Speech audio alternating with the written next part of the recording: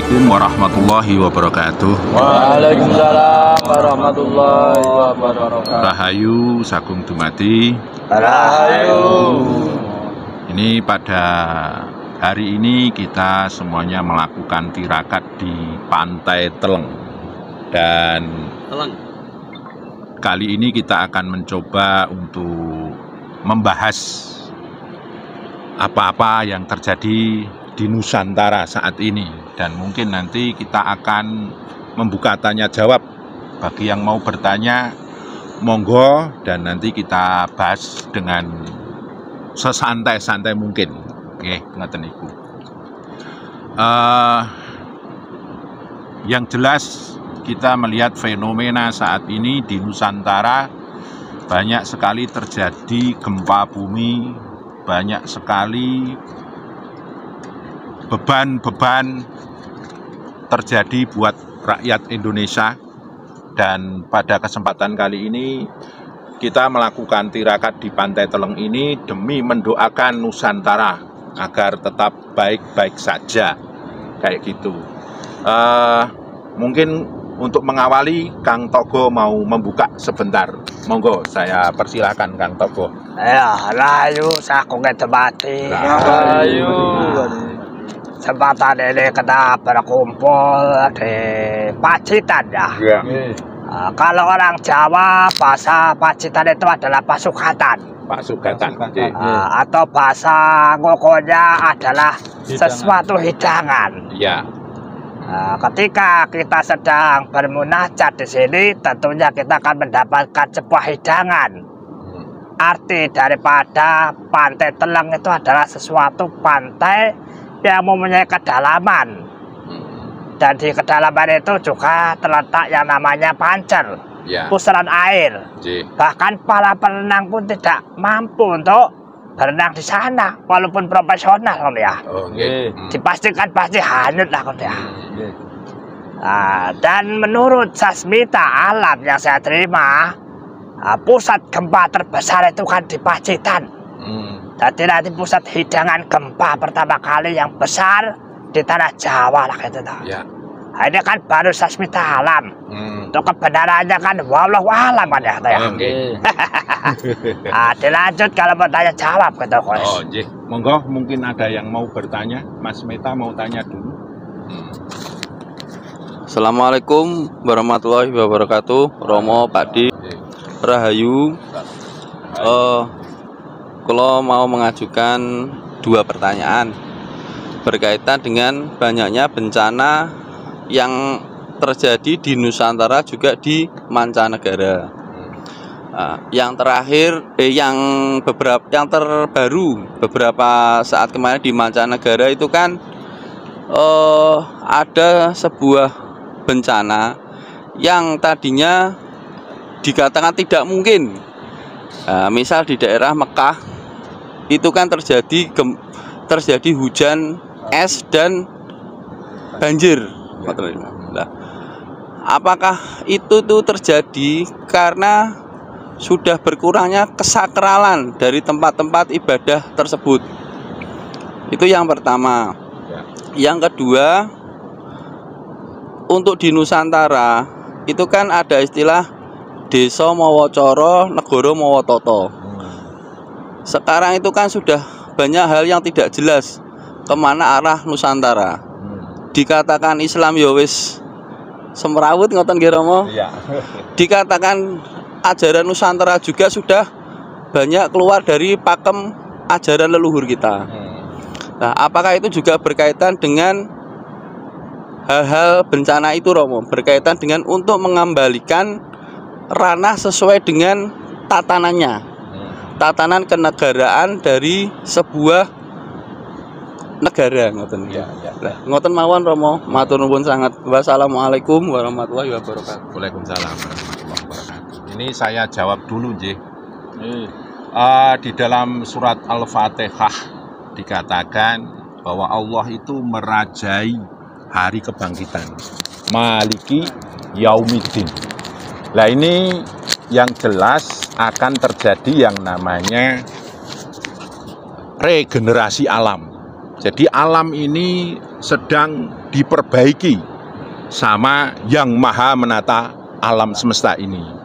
Nah, di situ di dalam ranah mulukiyah Allah mengutus dari daya rijalullah, kemudian jundullah, dan selanjutnya adalah hizbullah.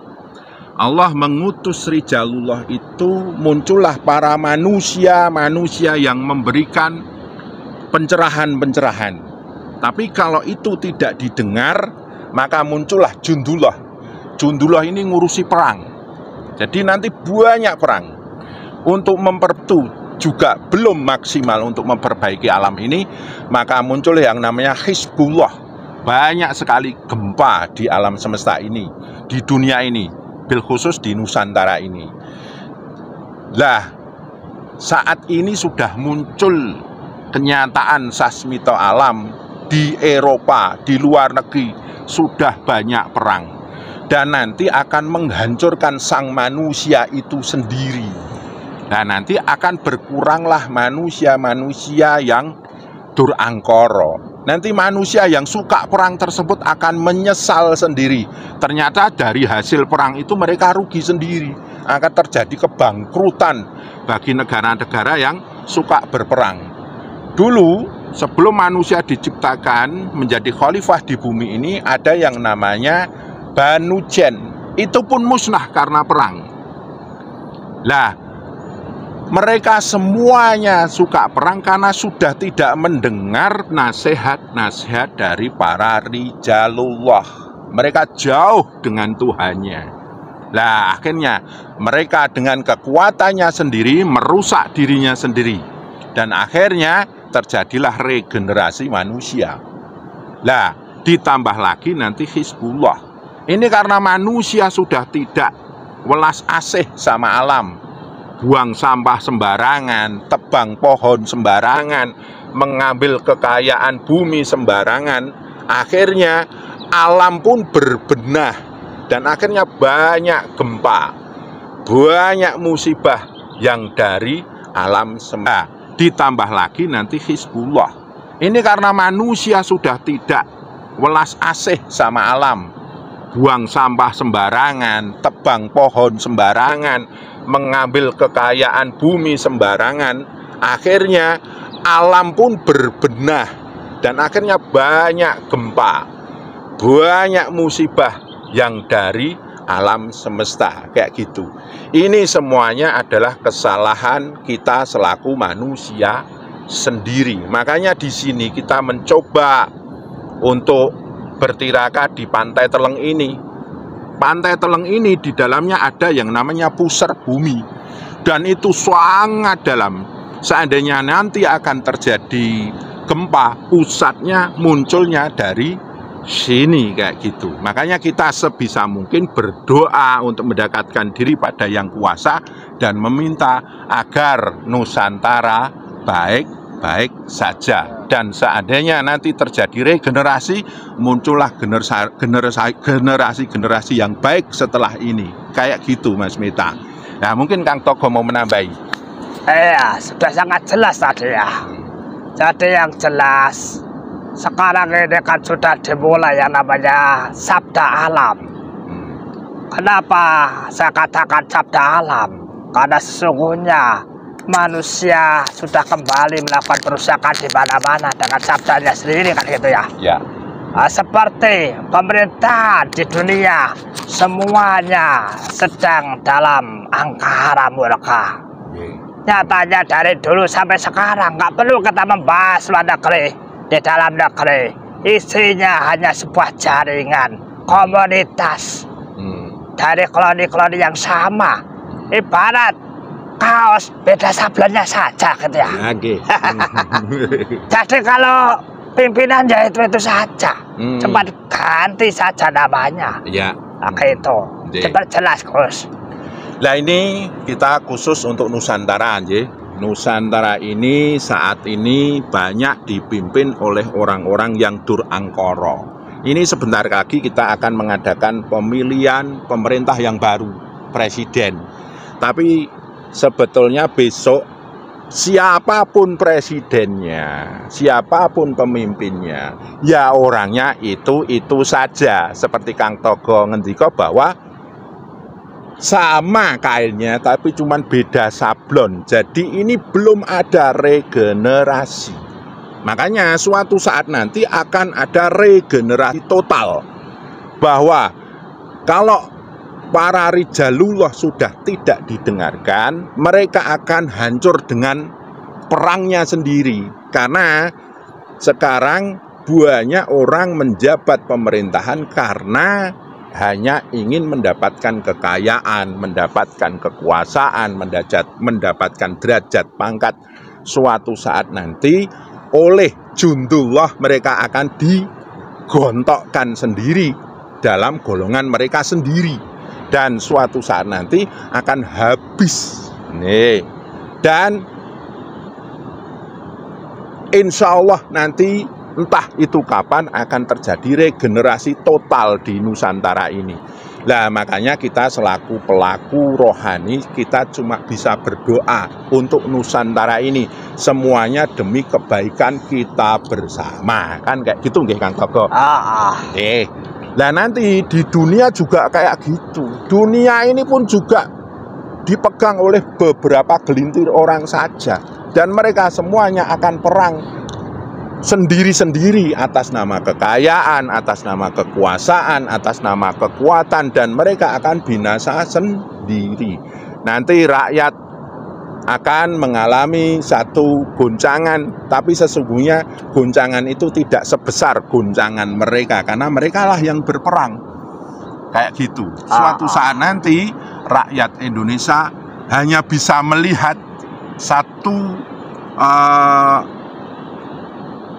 kejadian bagaimana mereka-mereka yang dipucuk-pucuk kepemimpinan, pucuk-pucuk kekayaan, pucuk-pucuk kekuasaan, mereka akan gontokan sendiri dalam golongannya mereka masing-masing. Kita hanya bisa menonton dan berdoa semoga Nusantara tetap baik-baik saja, kan kayak gitu. Nah ini alam juga sudah mulai protes sesungguhnya. Tanah suci saja tadi di Mekah sudah kebanjiran, sudah hujan es. Ini sudah menjadi sasmito jati, sasmito alam bahwa kita perlu berbenah. Suatu saat nanti semoga di pemerintahan yang akan datang ada satu departemen yang istilahnya mengurusi cinta kita dengan alam semesta. Contohnya semoga nanti ada satu departemen yang ngurusi khusus sampah. Ada yang mengurusi khusus untuk penghijauan, untuk mengembalikan alam ini kepada keadaan semula yang baik-baik. Alam ini kepada keadaan semula yang baik-baik saja. Kayak gitu nggih Kang Togo. Dan insya Allah nanti kalau rakyat Indonesia itu kembali ke alam, belas asih lagi dengan alam, tidak buang sampah sembarangan, tidak tebang pohon sembarangan, tidak membangun bangunan sembarangan, insya Allah alam akan menjadi baik dan hubungannya dengan manusia pun akan baik-baik saja. Seperti yang dikatakan Mas Mita tadi, kok banyak sekali daerah-daerah yang awalnya tidak mungkin kena gempa, kok sekarang kena gempa. Ini alam sedang berbenah, alam sedang memperbaiki dirinya, dan menurut manusia itu sebagai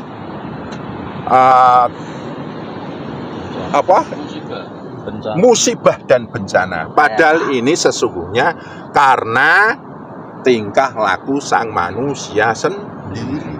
Terjadinya gempa karena banyak sekali energi-energi alam yang tergerus demi untuk kepentingan manusia itu sendiri.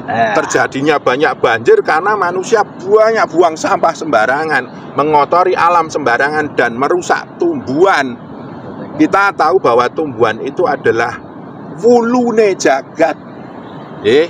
Pori-pori ning jagat lah, kalau itu dihabiskan lah otomatis alam akan memperbaiki sendiri sesuai dengan keinginannya sendiri, dan terjadilah gempa bumi, banjir, tsunami, dan lain sebagainya. Makanya pada kesempatan kali ini kita mencoba berhubungan baik dengan alam, memintakan maaf atas tingkah laku manusia, termasuk mungkin kita sendiri yang kurang baik dengan alam, dan kita berdoa agar semuanya akan baik-baik saja, gitu Kang Toto. Itu contoh yang dari alam ya. Faktanya banyak penebang liar yang kerjasama dengan para pihak perhutani melakukan perusakan alam tanpa menanam kembali kan gitu ya. Karena mementingkan hasilnya tanpa memikir kelestarian aja kan gitu ya Gus ya. Ya betul. Maka orang-orang demikian itu sebentar lagi akan terbinasakan dengan perbuatannya. Seperti kasus-kasus pengadilan dalam negeri kita sudah tidak ada keadilan. Orang kecil kalau diproses cepat ya. Coba kalau jenderal makan waktu berbulan-bulan menghabiskan biaya itu. Ya nanti terjadi alam saja ya. Alam yang mengadili gitu. Itu tanda kebobrokan pemerintahan di Nusantara. Kalau tidak segera dirubah, tunggu saja. Yang namanya Jakarta dulu rawa akan kembali jadi rawa kan gitu ya. Ya betul. Ya ini baru sasmita alam yang kita terima ya Gus ya. Ya, sasmita alam yang kita lihat dulu Jakarta adalah rawa, suatu saat nanti akan jadi rawa kembali. Karena masyarakat Jakarta kita lihat mereka sudah tidak peduli dengan alam. Sungai sekarang airnya hitam pekat, bau. Di Jakarta tumbuhan sudah tidak seperti dulu lagi. Jadi masyarakat Jakarta itu banyak sekali yang melakukan alam ini dengan tidak baik. Nah makanya kalau suatu saat nanti ini tidak berhenti, Jakarta akan jadi rawa kembali. Sasmitanya kayak gitu Ini bukan omongan saya sama Eyang Togo, bukan. Sasmita kami di sini seperti itu. Ini buat pepeling kita bersama dan semoga menjadi pepeling pada masyarakat Nusantara kayak gitu Kang Togo.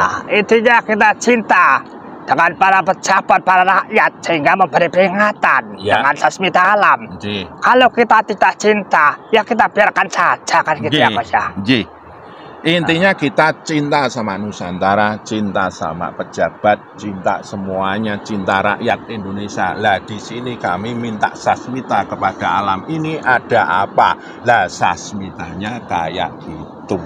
Ini nanti kalau umpamanya banyak terjadi gempa di mana-mana di Indonesia, sesungguhnya itu karena ulah manusia sendiri. Dan sekarang ada kabar menarik Gus.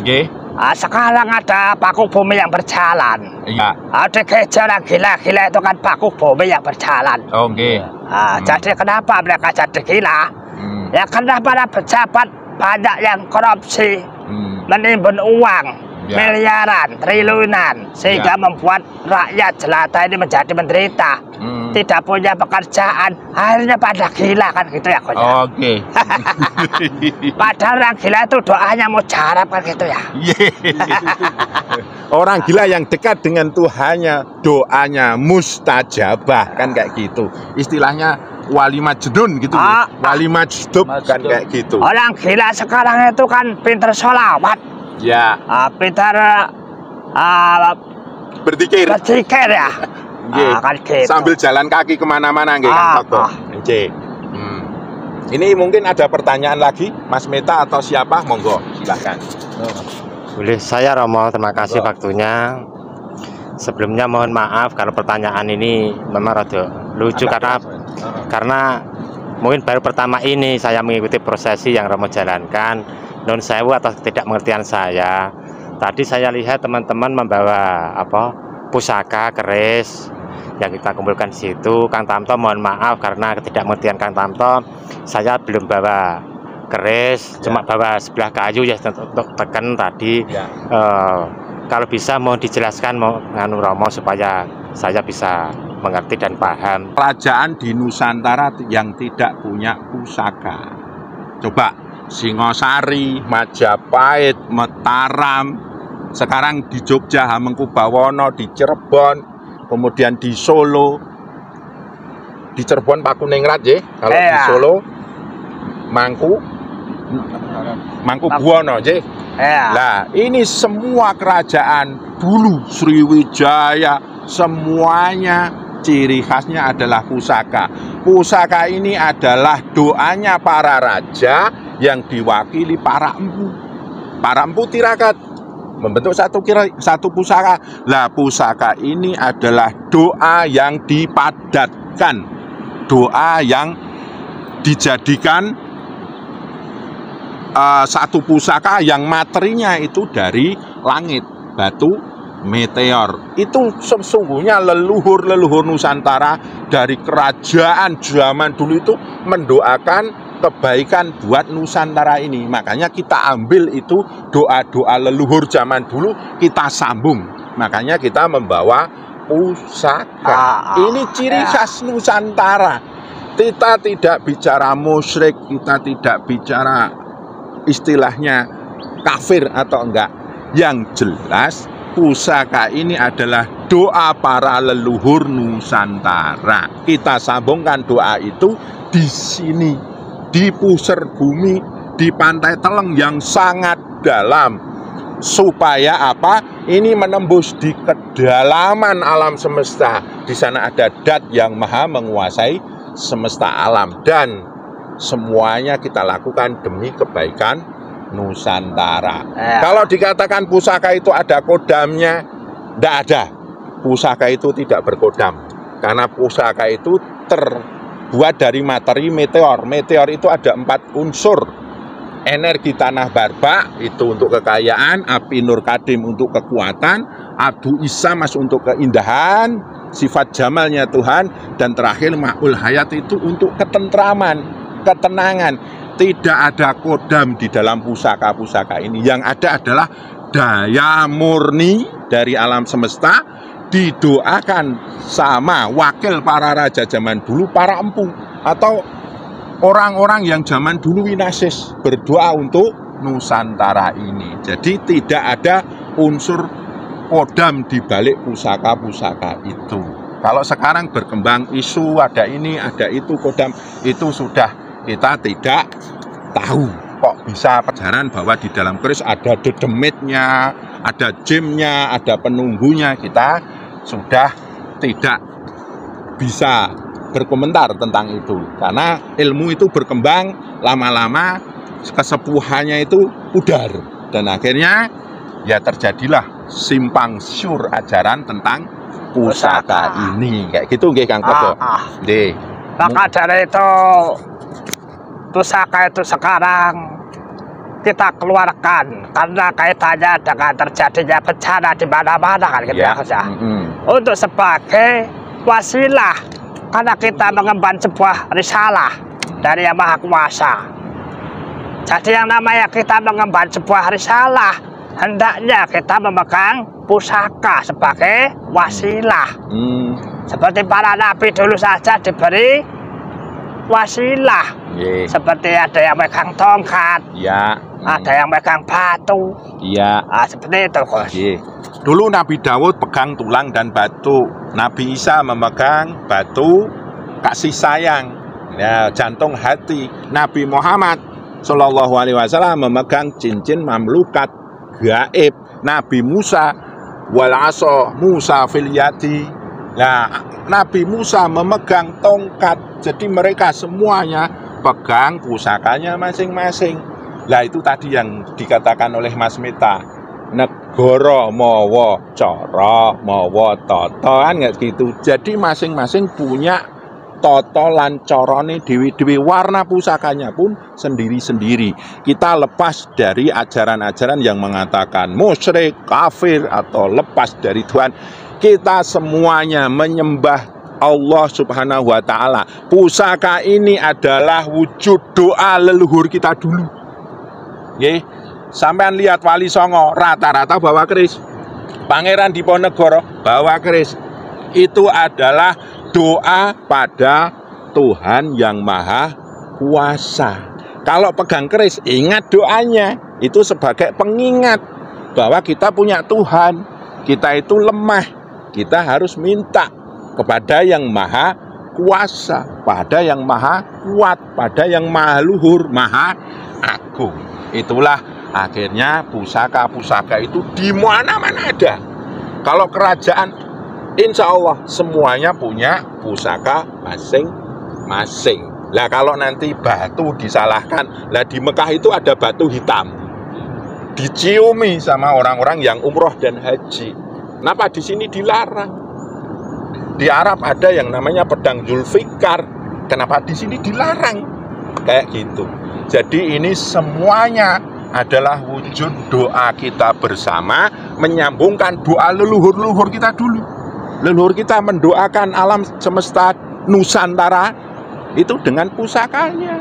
Nah, kita lanjutkan di sini supaya kita berdoa ini tidak ngejo dari nol lagi, tapi melanjutkan leluhur kita dulu, gitu nggih Kang Toto? Karena kondisinya sekarang sudah darurat ya. Ya. Yang namanya kondisi dunia pemerintahan sekarang sudah darurat. Ya. Jadi para pejabat, para rakyat semua banyak yang menjadi keparat ya toh. Nah, makanya sekarang sudah saatnya pusaka dikeluarkan gitu ya. Ya. Ya, tidak saya sebut oknumnya. Tapi banyak yang keparat daripada yang tidak kan gitu ya. Ya. Contohnya akhir-akhir tanda zaman, pemerintah sudah tidak punya keadilan, kebijaksanaan bagi rakyatnya. Ya. Dan rakyatnya sekarang sudah melakukan hubungan bebas. Ya kalau cowok sama cewek normal. Sekarang hubungannya cowok sama cowok, cewek sama cewek. Itu tanda akhir zaman. Seperti surat An-Nisa ayat 1 teman ya. Apa terjemahannya Gus? Di dalam surat An-Nisa ayat 1 itu manusia diciptakan dari satu jenis, kemudian diciptakan pasangannya, gitu nggih Kang Moyo. Lah, ciri-ciri akhir zaman itu manusia mulai mencintai sesama jenis. Lah itu akan kembali ke titik awal lagi, titik nol lagi. Akan terjadi evolusi nol lagi. Apalagi ini di Piala Dunia nih Kang Togo. Ada yang namanya kampanye LGBT. Itu akan cepat merusak tatanan dunia. Karena harusnya perempuan suka sama laki-laki, malah laki-laki suka sama laki-laki, perempuan suka perempuan. Nah itu ciri di surat An-Nisa ayat 1 itu sudah menyalahi ayat Quran. Kalau orang Jawa namanya Linggayoni ya Gus. Linggayoninya sudah rusak.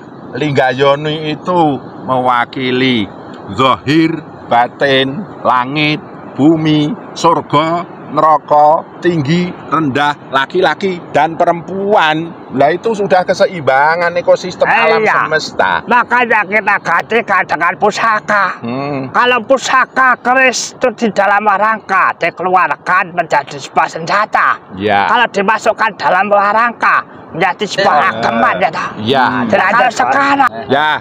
Gimana terjawab Mas Tanto? Ya. Jadi ini kita menghormati doa-doa leluhur dulu. Mereka, para raja, para pemegang kuasa, ini semuanya berdoa dengan dipadatkan dalam pusaka. Kita teruskan doa itu. Doa leluhur dulu pasti baik buat Nusantara. Lah sekarang banyak orang yang merusak. Ini mau diapakan sama leluhur-leluhur zaman dulu. Ya, ini kita berpasrah dan berserah diri sama Gusti Allah sing nguasai jagat semesta ini. Kayak gitu nggih. Nah, mungkin ada pertanyaan lagi Kang Moyo atau siapa? Monggo. Nggih. Saya mau bertanya Romo, juga Pak D. Ya. Lah ini tadi saya mendengar kok ada regenerasi ataupun peremajaan alam semesta dan pemerintahan. Yang saya tanyakan yang pertama peremajaan alam gitu ya, Gus. Lah peremajaan alam itu khususnya yang ada di Nusantara ini karena kita tinggal di Nusantara. Lah itu otomatis banyak terjadi musibah-musibah di Nusantara ini dari Sabang sampai Merauke. Lah yang saya tanyakan bagaimana sikap kita untuk menghadapi musibah-musibah yang terjadi agar masyarakat umum tidak takut dan mereka semua itu seperti mendapatkan solusi untuk menghadapi musibah ini, Gus. Yang kedua, mengenai peremajaan pemerintahan. Ya. Kalau kita bicara masalah pemerintahan itu tidak lepas dari kekuasaan, Gus. Ya. Tidak lepas dari kekuasaan. Kalau peremajaan pemerintahan otomatis ada terjadi perebutan kekuasaan. Nah, itu apakah bisa dikatakan akibat dari contohnya peperangan ataupun akibat dari kekuatan antara pihak sini dan pihak yang lain gitu, Gus. Mohon pencerahannya, Gus. Ya. Yang namanya peremajaan alam dulu ya. Sebetulnya gempa bumi, banjir, tsunami itu alam lagi dandan. Jadi alam itu karena rusak, mereka memperbaiki dirinya sendiri. Tapi dalam sudut pandang manusia itu sebagai musibah.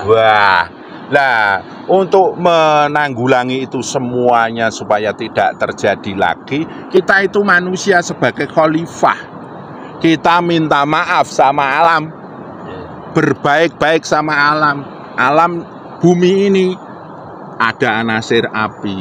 Kita diminta maaf kalau kita punya salah. Anasir air, kita minta maaf sama anasir air.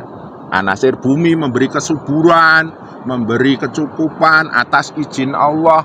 Kita sembarangan. Minta maaf sama unsur tanah. Unsur angin, kita tiap hari bernafas dikasih angin. Kita minta maaf kalau kita punya salah. Intinya berbaik-baiklah sama alam. Dan jangan lupa dekatkan diri pada yang maha kuasa. Dekatkan diri kepada segala sumber hidup dan kehidupan. Lah kalau sudah terlanjur seperti ini kayak gimana? Kita dulu nggak baik sama alam, alam berbenah diri, terjadi banyak gempa. Dan saat ini posisi kita jauh dengan Tuhan. Doa kita minta dilepaskan dari bencana ini. Akhirnya doa ini hanya sekedar kesemogaan, Mas Moyo. Tidak sampai menembus kepada Allah Subhanahu wa Ta'ala. Makanya baik-baiklah sama alam. Makanya tadi saya bilang semoga nanti di Nusantara ini ada pemerintah yang peduli sama alam, yang ngurusi reboisasi. Karena mereka perang terus, ya habis. Lama-lama muncullah benih-benih baru dari rakyat yang baik-baik, dan akhirnya suatu saat nanti kalau regenerasi itu sudah benar-benar full, Nusantara akan jaya. Kalau sekarang siapapun pemimpinnya, ya itu saja nanti yang ngurusi Indonesia itu. Lah di sini kita hanya berdoa semoga orang yang memimpin Indonesia ini hanya itu saja. Semoga diberi taubatan nasuha, diberi kesadaran. Dan kita dapat apa? Ya kita nggak dapat apa-apa, Kang Moyo. Kita kesini saja.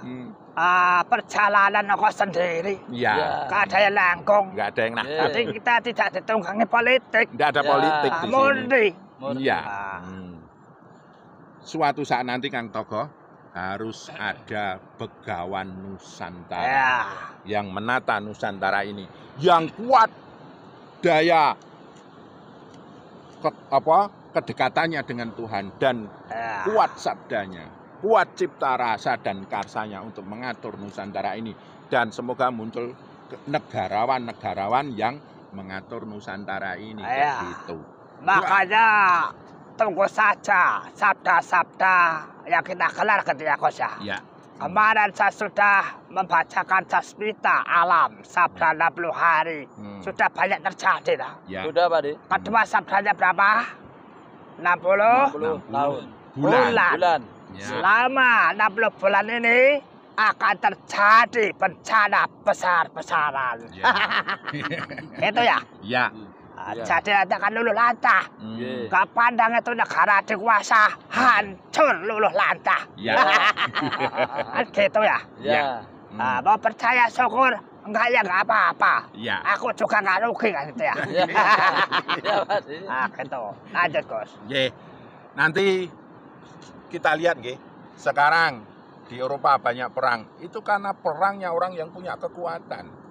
Makanya dikatakan kalau tidak ada tentara di dunia ini, semuanya akan baik-baik saja. Bukan kita nyalahkan tentaranya, tapi kadang penguasanya yang menggunakan itu untuk berbuat sesuatu yang menguntungkan dirinya sendiri. Lah kita sekarang berdoa untuk tentara Indonesia, Kang Togo.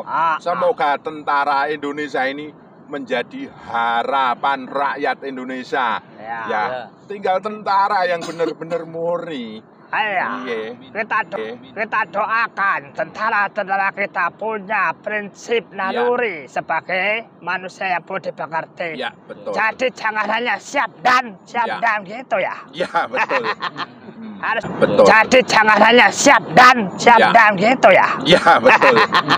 Harusnya dipikir dulu perintah komandannya baik atau enggak. Ya. Contohnya seperti kasus Sambo, diperintah komandannya Syabdan, harusnya di sidang perkara, nggak selesai kan itu ya. Semoga tentara tidak terkena seperti itu. Kita cinta tentara. Harapan kita cuma tentara saat ini. Salam buat tentara Indonesia. Kami seperti itu. Kosrepek dulu yang kasih pesan. Ya, kita akan mengajarkan. Kalau kita tirakat alam seperti ini, kita satu mendoakan bumi dengan anasir-anasirnya, mendoakan langit dengan anasir-anasirnya, kita doakan semuanya sampurna. Terus kita syahadati, kita sholawati, kayak gitu. Dan kita doakan tumbuhan di Nusantara, hewan di Nusantara. Kenapa? Karena kita tiap hari makan tumbuhan, makan hewan. Kita supaya hidupnya berkah, apa yang kita makan kita doakan dengan doa yang baik kepada seluruh hewan, semoga dirahmati sama Allah, kepada semua tumbuhan dirahmati sama Allah, kepada bumi dirahmati sama Allah, kepada langit dirahmati sama Allah. Pemimpin-pemimpin Nusantara kita doakan semoga dirahmati sama Allah. Ulama-ulama, para agnia, kaum-kaum kaya, kita doakan semoga dirahmati Allah. Rakyat Nusantara kita doakan semoga dirahmati sama Allah. Jadi tarekat itu bukan ilmu egois, ya. Kita hanya laku tirakat la ilaha illallah, Allah sallallahu alaihi Muhammad, tapi hanya untuk kita sendiri. Lah itu tirakat yang seperti orang-orang pertapa. Tapi kita benar-benar semoga tarekat kita ini benar-benar seperti yang dikatakan bahwa Nabiullah Muhammad Shallallahu Alaihi Wasallam diutus di alam semesta ini, wa ma arsalnaka illa rahmatan lil alamin. Kita jadikan tarekat kita itu rahmat bagi alam semesta. Khususnya Nusantara. Dan suatu saat nanti insya Allah Nusantara akan jaya. Suatu saat nanti kalau ada banyak cobaan, kekurangan buah-buahan, kekurangan makanan, kekurangan jiwa, Nusantara ini sumbernya buah-buahan, sumbernya pangan, sumbernya jiwa-jiwa yang dekat dengan Allah. Para aulia, para wali banyak muncul dari Nusantara ini, gitu Kang Parman. Jadi kita jadikan tarekat itu sebagai rahmatan lil alamin, seperti itu. Gimana Kang Togo? Iya, kalau saya sebagai orang Jawa, intinya menuju budi pekerti yang luhur. Jadi kembali ke pribumi jati diri, yang mempunyai budi pekerti yang tinggi. Kita bumi berpijak, di sana langit kita junjung. Kita itu lahir di Nusantara, kita junjung tinggi Nusantara ini. Dan mohon maaf untuk para pendatang, jangan bikin gaduh di Nusantara ini. Ini banyak sekali para pendatang di sini, bukannya melayani, merahmati, tapi malah minta disanjung-sanjung oleh para pribumi. Nah, kita orang-orang pribumi Nusantara ya tidak terima, kan kayak gitu nggih.